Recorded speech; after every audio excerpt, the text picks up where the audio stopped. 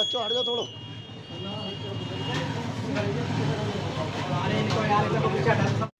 क्या नाम है आपका? राम सिंह। कहाँ रहते हो? चौड़ा। क्या मामला है पूरा? मामला जमीन के बंटवारे को लेकर चल रहा था, लेकिन उसका मुकदमा हमने एसडीएम कोर्ट में कर दिया है। उसके बाद में इस चीज़ को लेकर वो ज़बरदस्ती करवा रहे हैं, उनसे कह रहे हैं मुकदमा ख़त्म करो।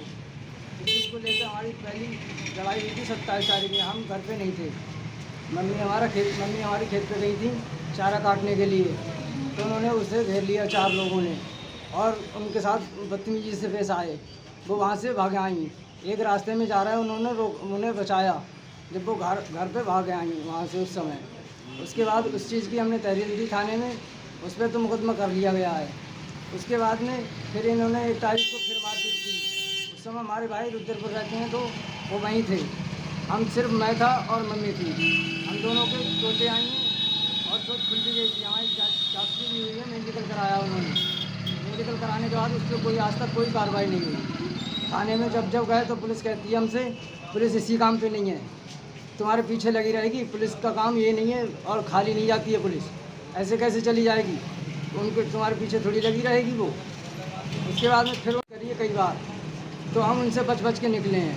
उसके बाद आज भी हम आ रहे थे यहाँ पे, तो भी हम तो आ गए। मारपीट होने के बाद में मेडिकल के लिए भेज दिया, तो हमारी भैया की बहू और हमारी बीवी गई, उनको रास्ते में घेर लिया और मम्मी के साथ फिर मारपीट की उन्होंने थाने के बाहर।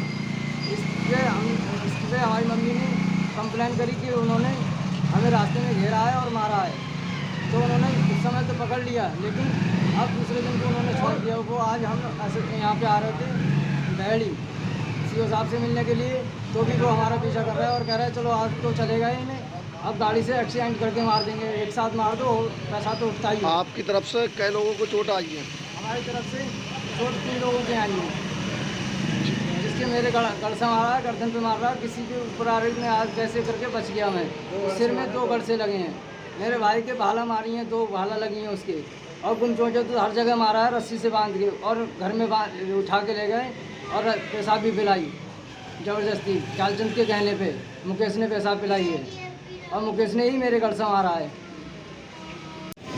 क्या नाम है आपका? राजपाल साहब। कहाँ रहते हो? सौड़ा। क्या मामला है पूरा? साहब हमारे पापा का ज़मीन के बंटवारे को लेकर विवाद चल रहा है। विवाद चल रहा है? तो कोर्ट में चल रहा है, वो एसडीएम कोर्ट में। तो आपके साथ क्या हुआ?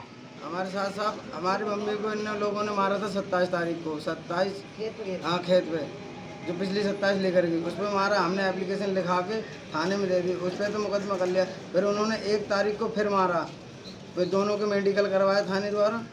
मेडिकल करवाने के बाद हम थाने में दी, सीओ साहब को दी, उस पर आज तक कोई कार्रवाई नहीं हुई है।